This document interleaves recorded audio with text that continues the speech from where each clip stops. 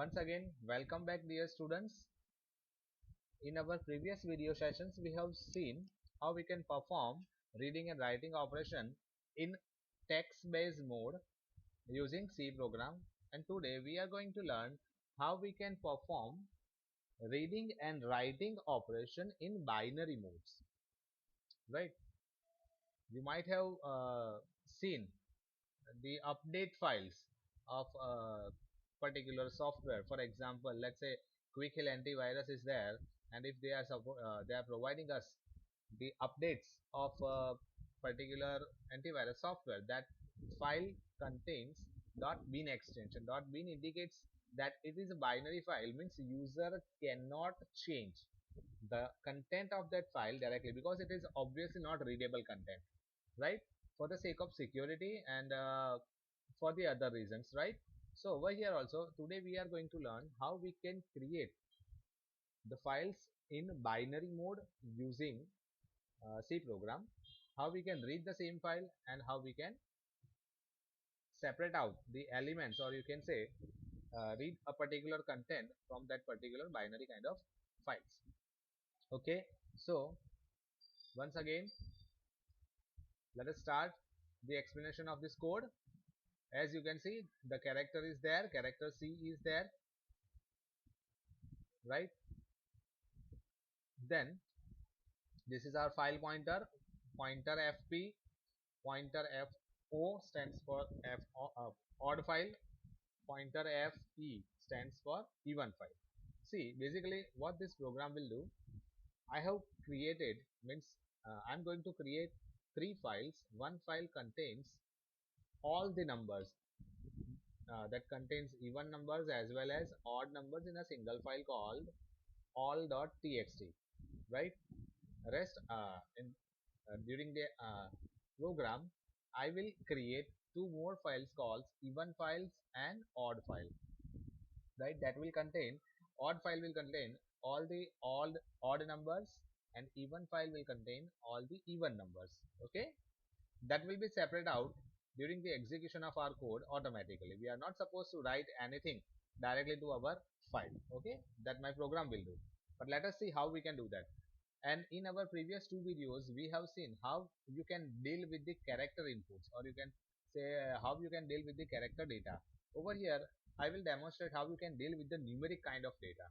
Okay, so that is why I have taken two more variables, integer n and integer x, right? This is my main file which contains all the odd and even numbers. And make sure that whenever you are reading or writing a file in binary mode, the mode must be written as WB or RB, right? The trailing B indicates that we are going to perform this particular operation in binary mode.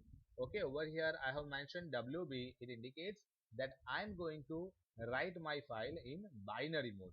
It means at the end of this code I should not be able to read the content of that file in any notepad kind of editor. I hope it is clear. In our previous two examples we have written only W or R, right? Okay, that's it. This is the same whatever we have seen in our previous video, right? Printf, start writing the content. Over here I'm taking 10 numbers from the user, right? This is a quite easy logic you might have performed during your C programming or advanced computer programming laboratory sessions. Okay, so I'm retrieving 10 numbers from the user. I'm getting 10 numbers from the user, and those 10 numbers needs to be written in my file. Fine. Okay, so as you can see over here, in our previous two videos we have taken putc and getc functions, because at that time I was dealing with the character kind of inputs, right? But over here I am dealing with the integer kind of data. Okay, so for that reason I have to use putw function. Let us see the description of these functions. Putw, you just keep your cursor under the that particular putw keyword and press Ctrl F1. It will take you to the description of that particular function. Okay, so as you can see over here, getw gets an integer from the stream and putw outputs an integer from a stream. Your getW contains only one argument and your putW function contains two arguments. The first one is your data to be written out in that particular stream, and the second one will be the stream pointer. Okay, and of course you will find some helpful examples too over here now. So get I hope now it is clear that what is the use of putW function. N is my number and fp is my file pointer. Right now fp indicates my file all.txt, which is opened in binary mode. Okay, so this is all the logic of this is what the logic of writing my main file, and that is all.txt file. Okay, later on I need to close that particular stream by writing fclose fp. Now I'm reading my existing files. Okay, so for that once again I need to open the files.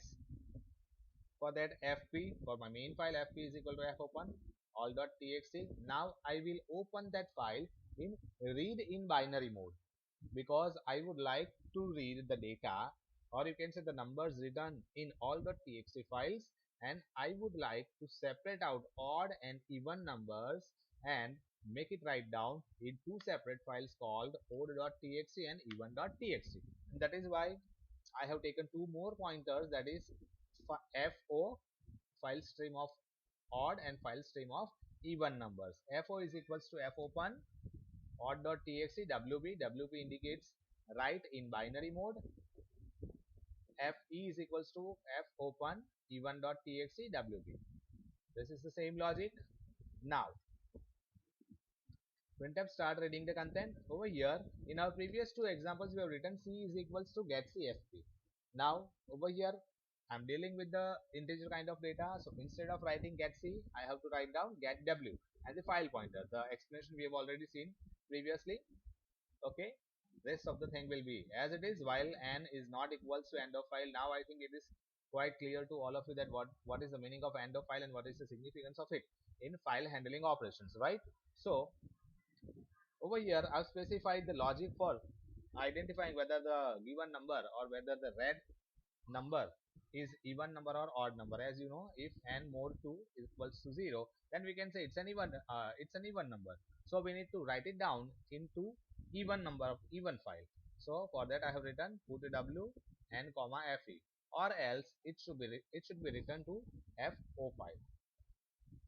Okay, and at the same time I'm printing that element. So what I have done, I have read the data from all.txt file, separate out the data odd and even numbers, and put it down, or you can say write it down in an individual file called even.txt and odd.txt. And after completion of reading operation, once again I'm closing all the file streams. Right now let's check whether the content has been separated out properly or not. Okay, for that once again I'm opening two files odd.txt and even.txt in read in binary mode. Okay, so for that once again I have to apply the logic of reading, and that is n equals to get w fo stands for file for odd numbers. Print whatever number you have received from the file stream, and once again read the next number available in your file. Similarly you need to read the even file and print it, and once again you need to close the file streams. Okay, that's it. So let's check it out whether it is working. Over here right now you can see there is no file called all.txt, odd.txt and even.txt. It will be created as soon as I execute my code. Okay, so let's start.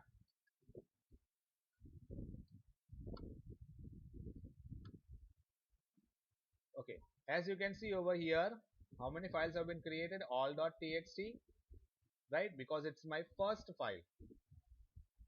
I have to enter 10 elements. So let us enter 10 elements. 56, 43, 5, 32, 2, 9, 38, 10, 96, 55. Okay, so as you can see, after providing all the data to my all.txt file, two more files have been created, that is even.txt and odd.txt. And the same thing you can see over here, my program has separated out all the odd numbers and even numbers into individual files, right? As you can see, this is the content of odd files 43, 75, 9 and 45, and this is the content of even file 56, 32, 2, 38 and 10. Now let's check it out in what kind of format it is being written in my actual file, because now in this demonstration we have opened our files in binary mode. So let's see how we can it can be represented in binary form.